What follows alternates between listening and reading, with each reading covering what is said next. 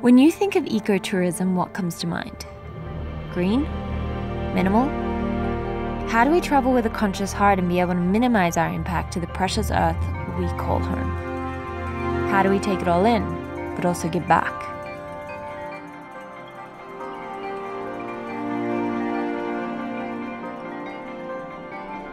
Okay, I know what you want to hear about first.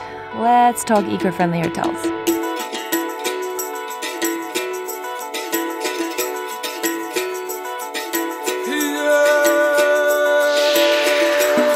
Many other hotels had locally sourced food or had their own sustainable farm enriched by recycled water.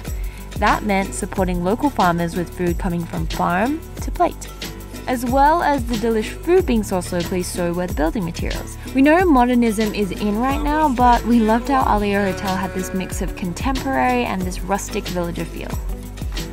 Gingango Lodge, some of the nicest hosts. Guys, we loved you and your adorable cat. What this place did was build in and around the landscape, so there was this perfect relationship of living in an open style concept with nature. Jetwing Hotel Kaduruketa's sustainable initiatives is on a whole new level. I'm talking treatment, recycling and composting of all waste on the property run on 100% renewable energy. The perfect example of how all hotels should be running in the future. Compassionate by giving excess water to their neighbours and winner of many Green Initiative awards, Randoli Hotel definitely boasts the best views you can get lost in. Speaking of lost, how about getting lost in the middle of a jungle? Galoya Lodge. Most memorable experience because it was, well, in the middle of the wilderness and that meant no Wi-Fi. But there were books and board games. I swear we thought we were going to wake up to a leopard outside our doors. And in the heart of busy Colombo is a modern tranquil hotel that has been offsetting their carbon footprint since 2014. What was apparent in each of these eco hotels is that it immersed their guests in an oasis of calm in the Sri Lankan wilderness, embracing the nature and culture with sights, smells, tastes and sounds. Often, we all forget to do that these days.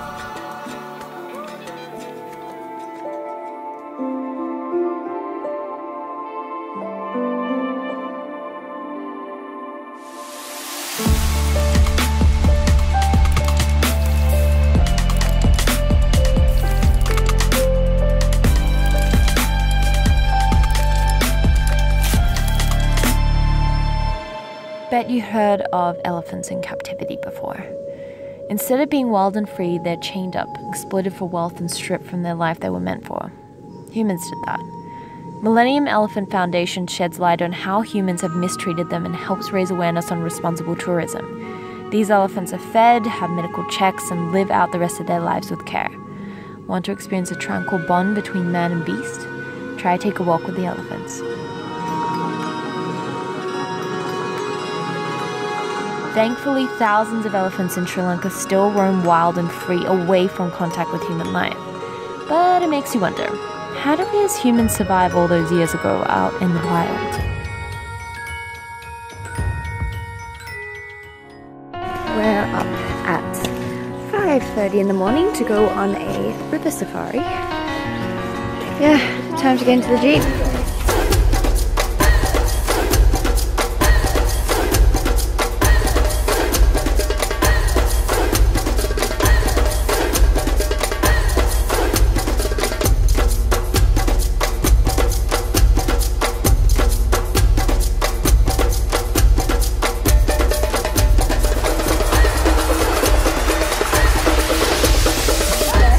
This fruit? It's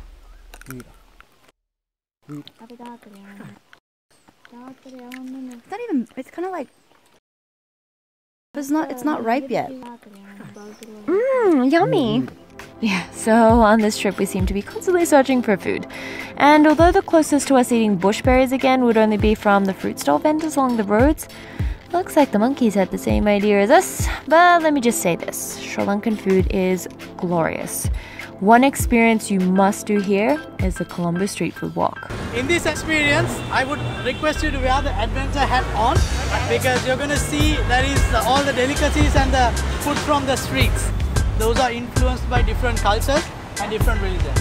Before we get on to the food experience, we are going to try one of the most important things that completes the street food scene in Colombo, which is Drinking. yes. Oh! Yes.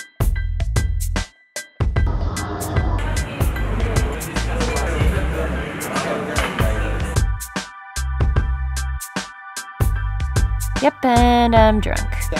Watch out for the traffic, kid.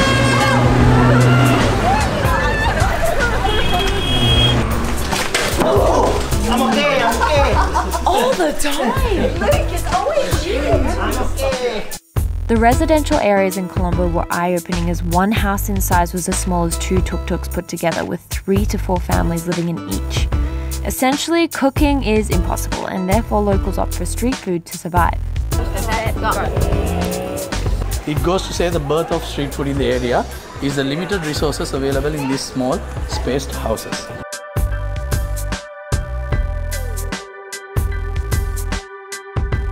I'm eating brain. Having one of them in brain, and I don't want to eat it. I'm down for brain. Maybe it's gonna make me smarter.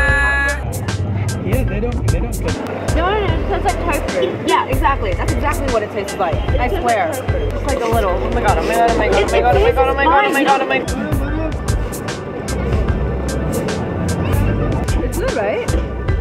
I am getting brains. never gonna eat it again. So, brain curry is not my taste, but I can assure you, with the island being one melting pot of rich cuisine, you will definitely end up in a food coma.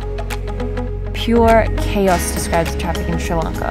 With jams, constant beeping and narrow roads, one of the best ways to see the city is in open air by tuk-tuk.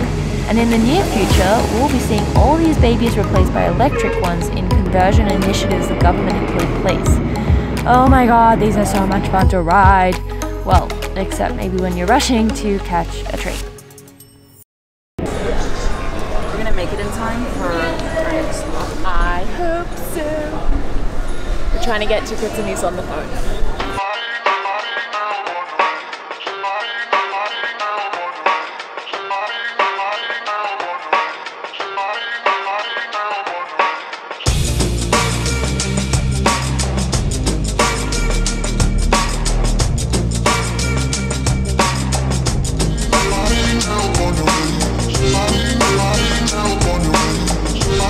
Picturesque ride through an urban jungle?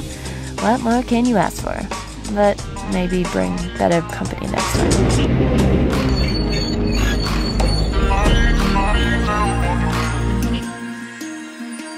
70% of the population is Buddhist, traditions dating back more than 2,000 years. And the Temple of Tooth, the house of an ancient relic that is said to be a tooth of the Lord Buddha, smuggled and hidden in the hair of a princess as she ran away from her father's kingdom. Up the stairs and to the top of the rock lies Dambulla Cave Temple. Sacred traditions and a strong spiritual presence drifts through the air like the burning smoke of incense. An apparent cultural vestige of the influence remains.